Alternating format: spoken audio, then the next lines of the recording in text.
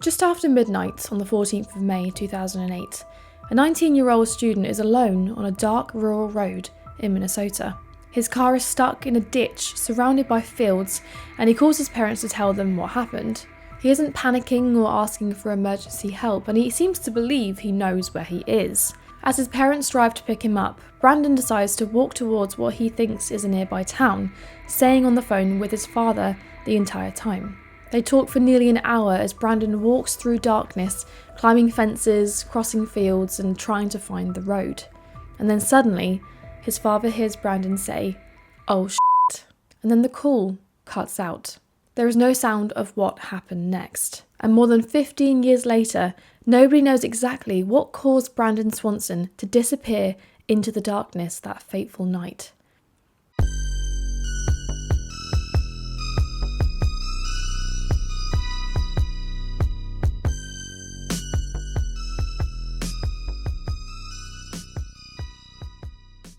So before we get into this video, just as always, a reminder to like and subscribe if you do enjoy my content.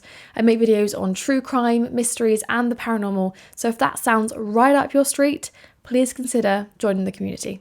Let's get back into it. At the time of his disappearance, Brandon Swanson was just 19 years old. He was a college student attending Minnesota West Community and Technical College, where he studied wind energy technology. Friends and family described him as intelligent, responsible, and independent. By all accounts, Brandon was living a very normal life. On the night he disappeared, Brandon had been out celebrating the end of classes with friends before heading home to Marshall, Minnesota. There was nothing especially unusual about the evening. There were no known arguments, no signs of distress, and no indication that he intended to disappear. The roads he was travelling on were quiet gravel back roads surrounded by farmland, dark, isolated, and with very few landmarks visible in the night. At some point after midnight, Brandon accidentally drove his car into a ditch, though this didn't initially appear to be a major emergency. The car wasn't badly damaged, Brandon wasn't seriously injured, and he remained calm enough to make phone calls and explain the situation clearly. Instead of calling the emergency services, Brandon called his parents, and that does say a lot about his mindset at the time. He clearly didn't seem frightened and didn't believe he was in serious danger. He believed the situation was manageable. During the call, Brandon told his parents he believed he knew roughly where he was and asked them to come pick him up. Because he assumed they were close by, he decided not to stay with the car, and instead he began walking towards what he thought was the nearby town of Lind, while remaining on the phone with his father. Neither Brandon nor his parents realised how wrong things really were. One of the most important and tragic parts of this case is that Brandon didn't actually know where he was. After driving into the ditch, he believed he was near the small town of Lind, Minnesota, and while talking on the phone to his parents, he gave them directions based on that assumption, and they immediately began driving around the Lind area trying to find him. But Brandon wasn't near Lind at all.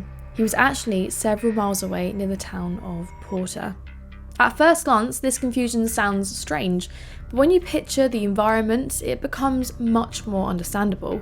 In darkness, especially in rural areas, it's incredibly easy to become disoriented without realising it. And because Brandon believed he knew where he was, he spoke confidently to his parents, and that confidence likely stopped anyone from immediately questioning the location. His parents trusted the information they were being given and searched exactly where Brandon told them to look.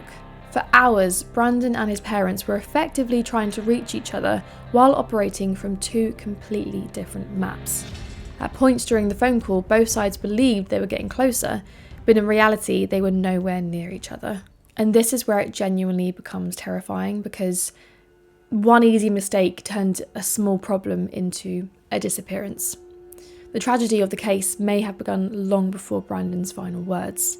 As Brandon continued walking, he stayed on the phone with his father for about 45 minutes. By this point, he had left the roads behind and was cutting across farmland into complete darkness. At one point, he mentioned hearing running water nearby, and what makes the call so unsettling is how normal it initially sounded.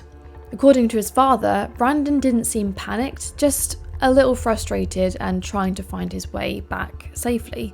But then suddenly, Brian heard Brandon say, "Oh shit," and immediately after that, the line went dead. Brian called out to him repeatedly, but Brandon never responded again. And the reason this is so disturbing is because it happened in real time. His father heard the exact moment something went wrong, but nobody knows what Brandon saw or what happened to him in that moment.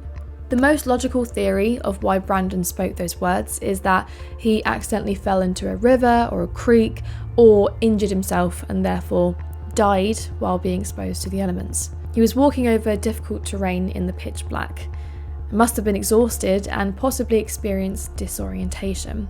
Other theories point towards him exclaiming those words due to his phone battery dying, or that he became confused by his surroundings and was just responding to what he was seeing. Maybe he realised he didn't know where he was after all. But in any case, we don't actually know what happened to him after that exact moment. This case resonates because many people can imagine themselves in a similar situation, a wrong turn, perhaps a dead phone, darkness and false confidence, all survivable on their own, but together a fatal outcome. And that is the disappearance of Brandon Swanson. Such an interesting one, guys, and truly sad as well. It's a weird one. Let me know what you guys think of this one and if you have any theories, but as always, thank you so much for watching, guys, and I will see you in my next video.